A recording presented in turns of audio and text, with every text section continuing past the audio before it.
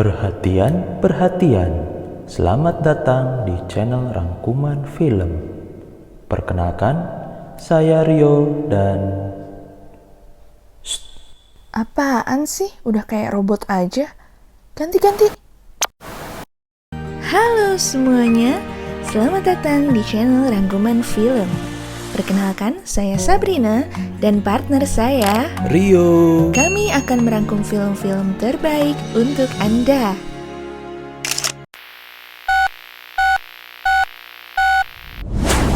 Drama Korea bertajuk Private Lives resmi tayang di Netflix mulai 7 Oktober 2020. Drama Korea ini dibintangi Seo-hyun SNSD. Drama ini tentang tipu-menipu berteknik tinggi. Penasaran? Kita langsung saja ke ceritanya.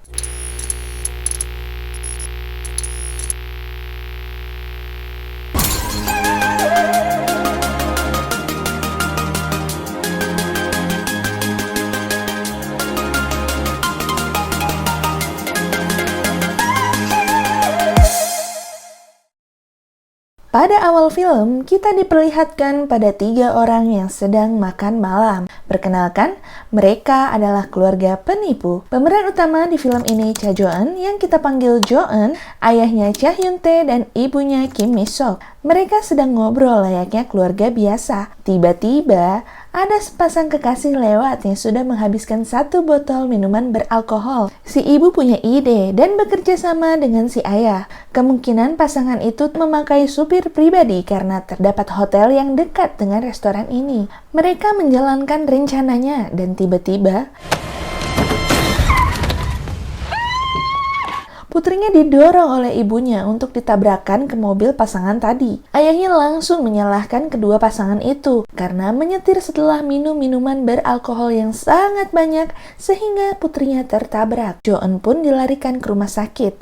Di sana ia mengobrol dengan ibunya dan protes kenapa mendorongnya padahal Jo-eun bisa melakukannya sendiri. Ibunya menganggap hal itu biasa saja karena untuk membalas budi bahwa ibunya telah membesarkan anaknya. Setelah banyak ngobrol hal-hal yang aneh, orang-orang di belakang ikut mendengarkan.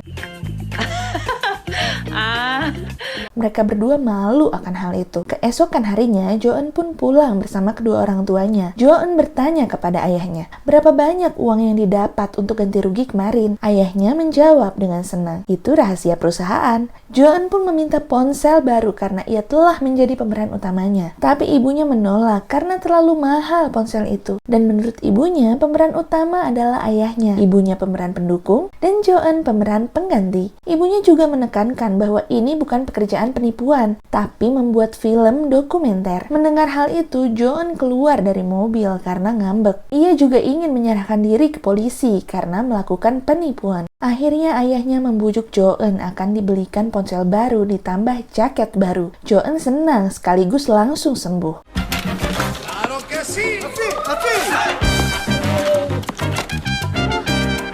Ponsel baru itu langsung diperlihatkan ke teman-temannya Jo-eun dan memperlihatkan bahwa kamera ponsel itu bagus sekali. Setelah foto-foto, tak sengaja di belakang mereka ada pengemis lewat dan Jo-eun menghampirinya dengan muka cemberut. Pengemis itu langsung balik arah sambil ketakutan melihat Jo-eun. Waktu pengemis itu pulang, kakinya tidak kenapa-napa dan mempunyai sebuah mobil. Jo-eun pun masuk ke mobilnya dan ternyata dia adalah ayahnya Jo-eun. Ayahnya bilang bahwa mengemis hanya selingan saja dan salah satu aktor dokumenter. Jo-eun memarahi ayahnya, jadi penipu saja, jangan jadi pengemis. Karena penipu lebih berkelas, Jo-eun ngambek dan keluar dari mobil. Ayahnya ngedumel sendiri dan tak sengaja menekan klakson mobilnya. Jo-eun kembali lagi untuk bertemu dengan ayahnya karena klakson itu. Ayahnya bertanya, apakah nilai pelajaran di sekolah bagus? Pasti tidak kan? Jo-eun menjawab bahwa ia masih pelajar dan setelah dewasa akan hidup sukses. Scene berganti ke 9 tahun kemudian di gerbang penjara. Ternyata Jo-eun baru keluar dari penjara itu. Dia memfoto dirinya dan mengedit foto itu seperti berlibur di luar negeri. Tak lama, banyak yang memberi komentar sang putri telah kembali selama 1 tahun tidak memposting fotonya dan sangat merindukan foto-fotonya. Jo-eun mampir ke kedai tak jauh dari penjara itu. Setelah memesan, tiba-tiba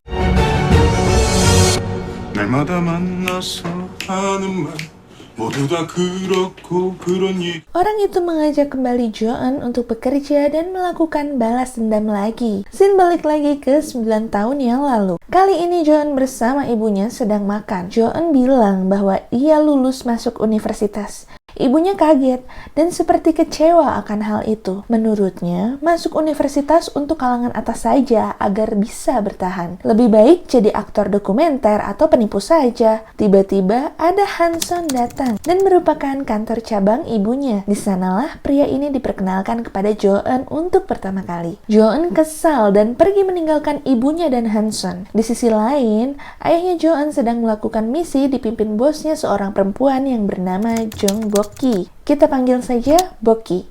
Misi itu adalah jadi seorang pengemis dengan kaki terbungkus. Tiba-tiba, ada 2 orang laki-laki mengganggu ayahnya Joan. Mereka mempermalukan ayahnya Joan dan melepaskan bungkus kakinya. Semua orang jadi tahu bahwa kaki ayahnya Joan tidak kenapa-napa dan banyak juga yang merekam peristiwa itu. Joan tak sengaja melihat hal itu. Tak lama Boki datang. Dia mengatakan, "Mengapa pendeta sepertimu melakukan hal ini? Apakah uang ini yang diberikan untuk para manula dan anak-anak tanpa sepengetahuan kami?" Suasana tampak menjadi sedih. Orang-orang di sekelilingnya juga ikut terharu mendengar hal itu.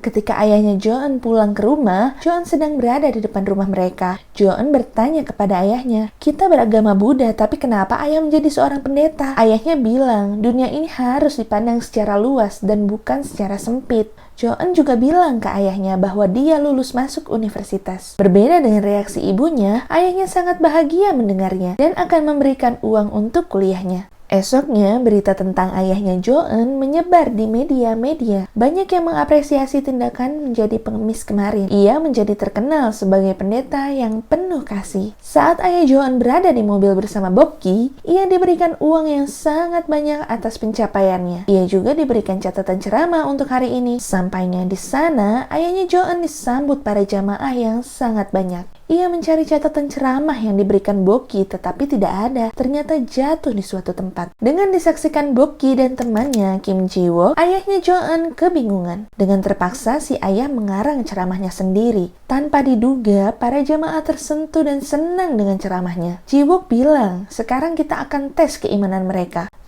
Apalagi yang akan direncanakan ya? Oke, lanjut. Ayahnya Joan memperkenalkan pabrik pembuatan salib dengan disponsori dari uang jamaah selama ini. Ini merupakan bisnis salib global yang akan tersebar ke seluruh dunia. Sehingga orang-orang semakin percaya kepada si ayah sebagai pendeta dan terus mengeluarkan uang investasi untuk usaha itu. Boki memberitahu kepada ayahnya Joan bahwa pengumpulan dana tersebut melebihi target dan ini bukan bisnis dokumenter atau penipuan, serta mempunyai cita-cita akan membangun gereja terbesar di kota ini. Si ayah pun dipilih untuk menjadi pendeta di gereja itu. Si ayah juga tertarik akan berinvestasi dengan uang pribadinya mendengar hal itu. Pada ceramah berikutnya, si ayah memperkenalkan gereja terbesar itu yang akan dibangun. Dengan maksud, para jamaah akan lebih banyak melakukan investasi ke gereja itu. Dan gereja itu akan menjadi milik bersama. Di sisi lain, Ji-wook mempunyai ide untuk pergi ke suatu tempat dengan Boki karena misinya telah berhasil, yaitu meraup uang sebanyak-banyaknya dari para jamaah. Mereka berdua menipu semuanya dan akan kabur dengan uang itu. Si ibu marah dan memberitahu Joan bahwa si ayah menguras semua uang keluarga dan memberikan ke gereja. Dari kejadian itu, terlihat para jamaah telah mengetahui bahwa mereka ditipu. Si ayah melihat kejadian itu dan tiba-tiba dapat telepon dari Boki. Boki memberitahu si ayah bahwa ia sudah meninggalkan cek untuk si ayah dan sedang dalam perjalanan ke Eropa bersama temannya. Cek itu dimaksud untuk biaya hidup dan kuliah anaknya selagi si ayah sedang berurusan dengan polisi. Malamnya, Joan dan si ayah sedang berkaraoke bersama. Sebenarnya Joan telah mengetahui semuanya. Si ayah menyanyi dengan tatapan kosong dan selalu bersedih. Joan pun meninggalkan ayahnya sebentar untuk pergi ke toilet. Ketika keluar dari toilet, Joan melihat ayahnya sudah diseret orang banyak dan menagih uang investasi hasil penipuan si ayah. Joan memberitahu kepada orang-orang tersebut bahwa ayahnya juga sebagai korban penipuan, tetapi tidak didengarkan oleh mereka. Bahkan Joan didorong sampai terjatuh. Tak lama, polisi datang dan mengamankan si ayah. Ternyata, yang memberitahu orang-orang tentang keberadaan si ayah adalah si ibu. Si ibu kesal karena telah mengumpulkan uang banyak, tapi malah masuk ke dompet wanita yang jadi bosnya si ayah. Bahkan, rumah keluarganya juga diinvestasikan oleh ayah. Si ibu langsung pergi, sementara si ayah masuk ke mobil polisi. Jo-eun pun sedih. Tiba-tiba, Han-sun memberikan tisu toilet kepada Jo-eun untuk menghapus air matanya. Keesokan harinya, Jo-eun menjenguk ayahnya. Jo-eun pun kesal dengan ayahnya karena tidak memberitahu polisi tentang Bok-ki yang menipu si ayah dan orang-orang banyak. Si ayah bilang bahwa dia memimpikan hal yang salah dan tidak menyesal telah menutup mulut. Si ayah juga bilang nanti setelah Jo-eun keluar dari sini akan ada cek yang diberikan dari pengacara si ayah untuk keperluan hidup Jo-eun dan kuliahnya. Yang juga telah kita ketahui, cek itu berasal dari mantan bosnya si ayah yaitu Bok-ki. Malamnya, Jo-eun bertemu Han-sun meminta bantuan untuk menangkap orang yang memenjarakan ayahnya. Han-sun tidak mengetahui banyak tentang wanita itu. Han-sun memberitahukan kepada Jo-eun bahwa wanita itu bernama Jun Bok-ki, tapi nama aslinya tidak diketahui. Wanita ini hebat dalam berbisnis dan pandai memimpin dan mengambil keputusan. Ia juga tidak dapat ditangkap dengan mudah karena sedang pergi ke luar negeri. Jadi, mereka harus merencanakan sesuatu sehingga dapat memancing wanita itu untuk rindu kampung halamannya. Mendengar hal itu, Jo-eun meminta bantuan kepada Han-sun untuk mengajarinya akting film dokumenter atau akting menipu. Han-sun menolak karena nanti Jo-eun akan sama dengan wanita itu sebagai orang yang suka menipu. Han-sun meninggalkan Jo-eun dan pulang ke rumahnya. Ternyata Han-sun adalah seorang mantan petinju dan meraih beberapa penghargaan. Ia pun tidur di atas ring tinju. Han-sun tidak bisa tidur karena memikirkan hal yang tadi bersama Jo-eun. Di sisi lain, Jo-eun tertidur di tempat pengungsian dan ia akan diganggu oleh seorang laki-laki. Tiba-tiba Han-sun datang dan melindungi Jo-eun. Setelah itu mengajak Jo-eun makan. Hari berikutnya, Jo-eun melancarkan aksi penipuannya. Ia bertemu dengan seorang laki-laki tua untuk melakukan transaksi jual beli barang terlarang. Ketika Jo-eun mengikuti laki-laki tua itu untuk bertransaksi di tempat yang sepi, Jo-eun ditodong dengan senjata tajam oleh laki-laki itu. Jo-eun tetap tenang dan menjawab semua pertanyaan laki-laki itu, sehingga laki-laki itu percaya kepadanya bahwa ia benar-benar pengedar. Laki-laki tua itu segera memberikan uang ke Jo-eun dan melakukan transaksi. Tiba-tiba, ada dua orang polisi yang memergoki aksi mereka dan menangkap laki-laki tua itu. Sementara Jo-eun berhasil kabur dengan uang hasil transaksi itu. Malam harinya, kedua polisi tadi bertemu dengan Han-sun dan memberikan uang hasil kerja kedua polisi itu. Ternyata polisi itu palsu dan dibayar oleh Han-sun karena ini salah satu hasil karyanya dalam menipu.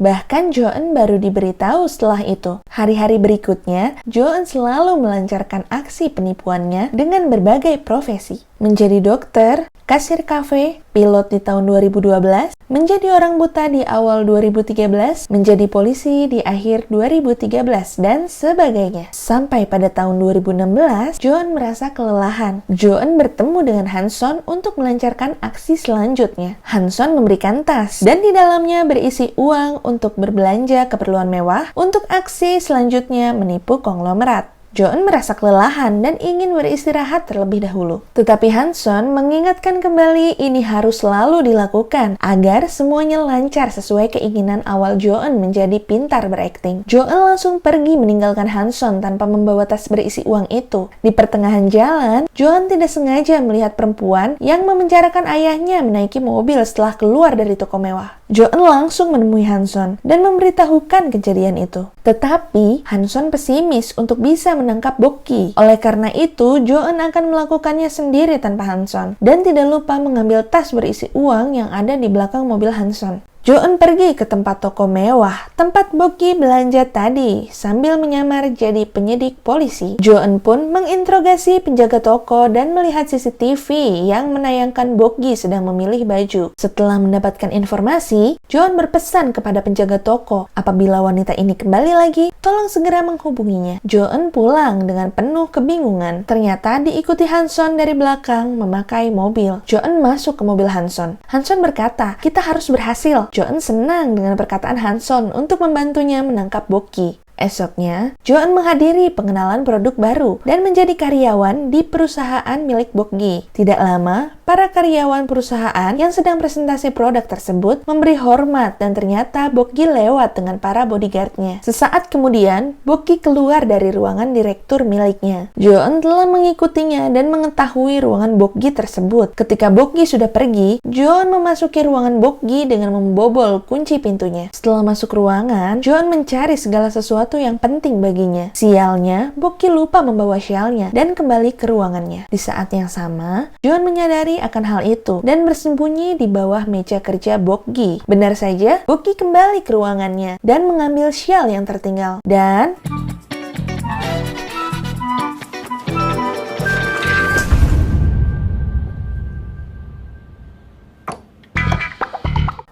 hampir ketahuan. Ketika mau pergi, ternyata ada lipstik yang nyangkut di bawah meja. Joeun pun mengambilnya. Setelah itu, keluar dari ruangan Bokgi dengan santai. Tapi, ada seorang laki-laki yang memergoki Joeun keluar dari ruangan itu. Joeun memberikan alasan, ia hanya ingin berdiskusi dengan Bokgi tentang rahasia suksesnya. Dan 저기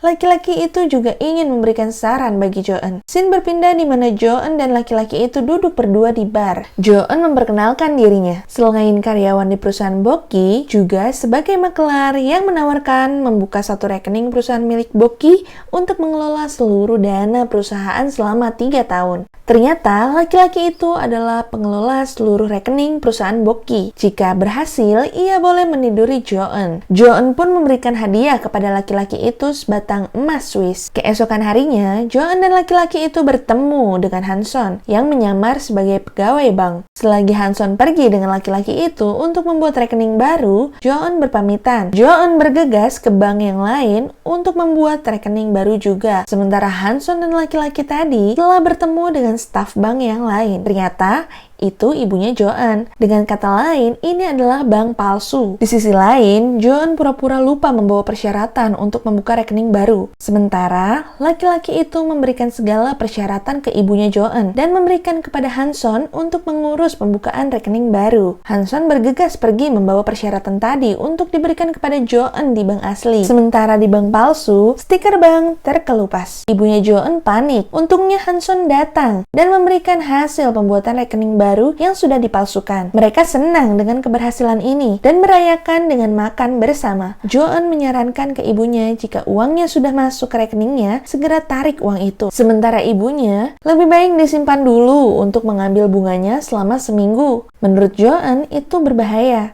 Hanson menutup pembicaraan itu akan menarik uangnya langsung ketika sudah masuk ke rekening mereka. Tidak lupa, laki-laki tadi menelpon Joeun untuk menagih janjinya tidur bersama. Ketika bertemu di bar, Joeun memberitahu ke laki-laki itu bahwa ia mau menjadi wanita baik-baik dan kita melakukan urusan bisnis saja. Joeun berjanji akan menaikkan komisinya sebagai gantinya dan pergi meninggalkan laki-laki itu. Esoknya, seluruh uang telah masuk ke rekening. Sementara Joeun pergi masuk kerja di perusahaan Bokgi. Hanson akan menarik uang yang telah masuk tadi. Tapi, ibunya Joeun memaksa tunggu sehari saja karena sayang akan bunganya yang besar. Di sisi lain, laki-laki itu dipanggil oleh Bokgi. Bokgi menanyakan mengapa banknya diganti. Laki-laki itu beralasan kepala cabang sebelumnya angkuh dan bunganya jelek. Saat Joeun sampai di perusahaan Bokgi, temannya bilang kepada Joeun bahwa ia dipanggil Bokgi untuk makan bersama karena pencapaiannya sebagai anggota berlian di perusahaan Bokgi. Joeun melihat rekening lewat HP dan mengetahui bahwa uangnya belum ditarik. Telepon Joeun juga tidak diangkat oleh ibunya yang sedang senang melihat angka rekeningnya terus bertambah. Tiba-tiba, Bokgi menyapa Joeun dan mempersilahkan masuk ke ruangannya. Joeun pun merasa heran karena anggota berlian lain tidak ada. Bokgi berterima kasih kepada Joeun atas pencapaiannya sebagai anggota berlian dalam waktu singkat di perusahaannya. Percakapan berikutnya, Joeun terbongkar aksi penyamarannya oleh Bokgi tentang pembalasan dendam ayahnya. Ternyata Bokgi sangat mengenal wajah Joeun. Bokgi memberikan kejutan kepada Joeun, lalu mempersilahkan masuk seseorang. Para bodyguard masuk. Dan terlihat laki-laki yang bersama Joeun kemarin babak belur.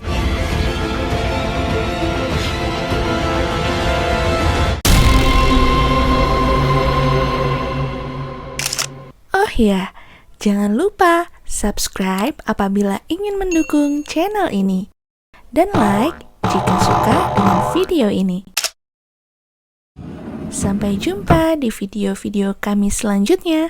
Bye-bye!